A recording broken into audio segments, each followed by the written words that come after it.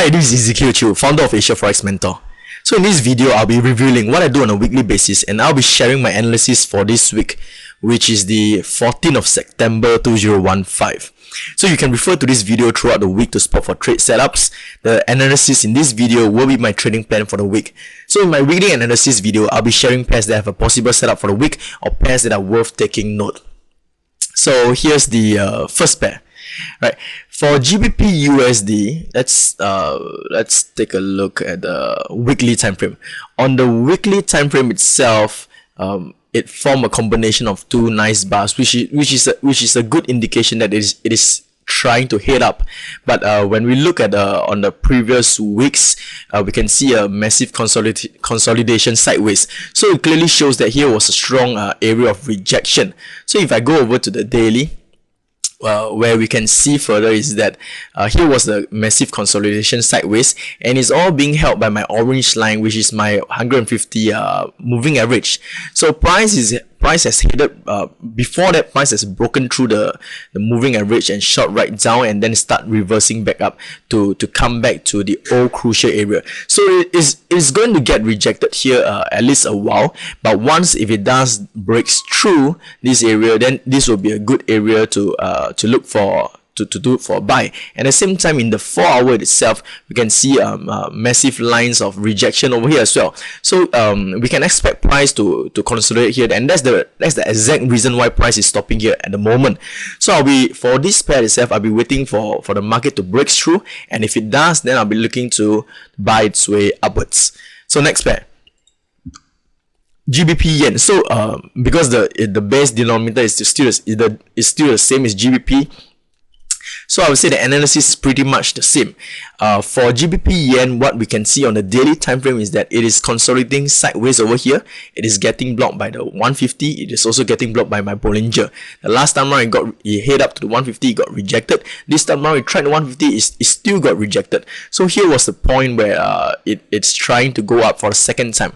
If it goes up for the third time upwards, then we can expect price to eventually breaks up and into an uptrend position. At the same time, in the 4 hour itself, we can see massive rejection over here as well. So if it does breaks up, this is going to be a good signal for a buy. Next pair, EURCHF. So EURCHF itself, on the daily time frame, last Friday it formed a nice long pin, right, which indicates that it's probably going down. But if you look at the weekly time frame itself, the EURCHF has been heading upwards, and the last week bar has in fact, if I zoom in, last week bar has closed above the highest part bar of the previous high over here. So it closes above. So all in all, it shows that it is still trying to head up. And then on the daily time frame, it shows a selling signal. So this will be a little bit contradictory. And what I will do is I will want to wait for price to eventually close below the low of the pin bar before I intend to take a sell downwards. So if I go to the lower time frame, it will be kind of the area over here. So price is kind of consolidating over here. I'll be waiting for a break. If it does indeed breaks through below, then I'm looking for a sell and probably get out somewhere here where we can see a series of rejections over here. So this is EURCHF. Next, New Zealand yen. So New Zealand yen, if I go to the daily, for example, okay, let's see the weekly. Okay, on the weekly itself, I've marked a white line over here, which is which I plotted to match the weekly 365 moving average over here. So price all this while once it has broken through here, the last week itself it tried heading up, it got rejected. This week is also trying to head up above the 365. So if we go towards the lower time frame, what we can see is trying to break up, and you can see a massive consolidation sideways over here. If I go over to the 1 hour time frame, there we can see it even closer and clearer.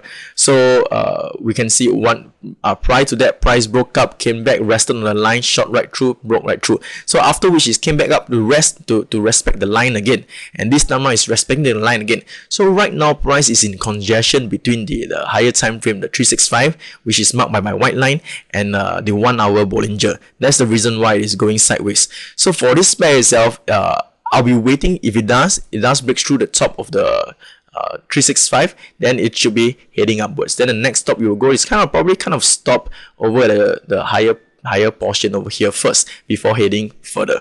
Yeah, so this is my analysis for this week. I'll see you all next week.